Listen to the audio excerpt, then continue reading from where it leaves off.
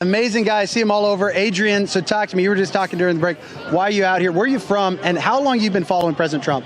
I'm from St. Louis, Missouri. I've been following President Trump since 2015. And why do you go? Why does this matter so much to you? You travel across the country. I see you at all the rallies. Because Trump changed my life. I mean, I haven't been able to serve in the military, and I'm not serving in Congress, so I feel like as a free American, we all have a responsibility, and we all owe our country a great debt. So this is my way of paying my debt to our country because I believe in what Trump stands for. When you say he changed your life, what do you mean? I come from St. Louis, Missouri. It's a very liberal place. Like Trump said in one of his speeches, which actually caught my attention. He said, "You guys live in squalor. African Americans, you live in squalor. You have the highest unemployment rate, the high crime rates, and things of that nature." He said, "You've been voting Democrat your whole life. What do you have to lose with voting for me?" And I really felt that because I grew up in generational ignorance. So I didn't know. I voted for Obama because of the color of his skin, and I didn't like anything that he had done when he was in office. So I didn't vote the second time around, and I was starting to believe, like many Americans feel sometimes, that our vote doesn't matter. But when Trump came out and he started giving his doing these rallies, he's very passionate about America, and I felt that. And so I felt like it was it really made me want to get into politics. And so he was talking about draining the swamp, and I didn't know what he was talking about. But now in 2024, I totally understand everything that he was talking about, and I support him 100%. Ridiculing the man. They're embarrassing him. They're embarrassing our country. That man is wealthy. That man was famous. He's famous. He's all of these great things. If they can do it to Trump, then they can do it to us. So I'm going to back him 100%. He didn't give up on America, and I'm not giving up on him.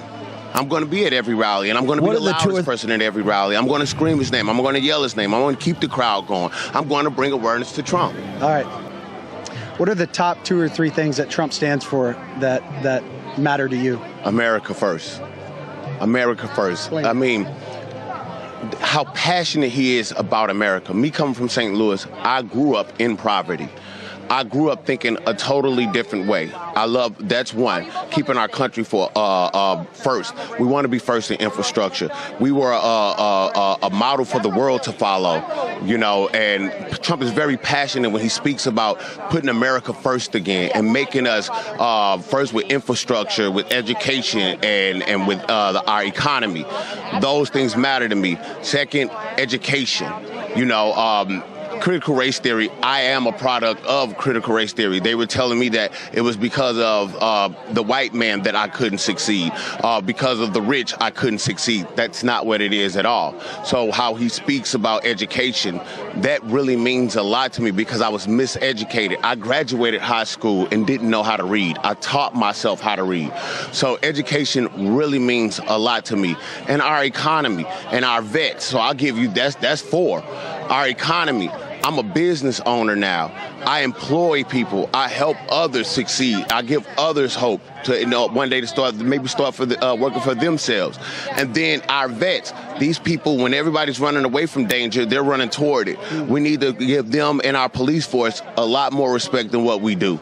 We give entertainers and athletes, we pay them way more and give them way more attention. But those people who go out and risk their lives every day so we can have these liberties and freedom in our country, we pay them no mind, and they're underpaid and underappreciated. And Trump is very passionate about bringing awareness to those situations. Wow. So you talked about your journey coming here and that awakening to what President Trump said. You've been voting for Democrats for years. Do you think that awakening is happening across the black community?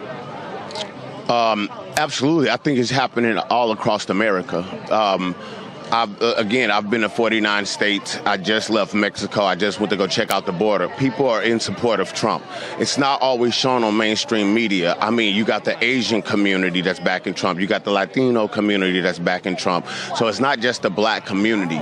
It's Americans, true Americans are waking up to what's going on in this country, and people are educating themselves. And thanks to Trump educating us to look and get information for ourselves and not just listen listen to the news, not just listen to our parents or our neighbors. Because again, I come from generational ignorance. So I just regurgitated what I used to hear instead of doing my own research.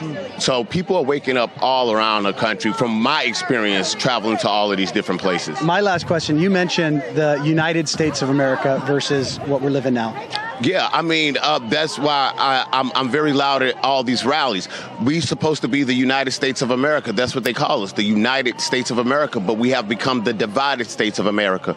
We're divided on so many different levels, whether it's our skin color, our age, our sex, our gender, our economic status.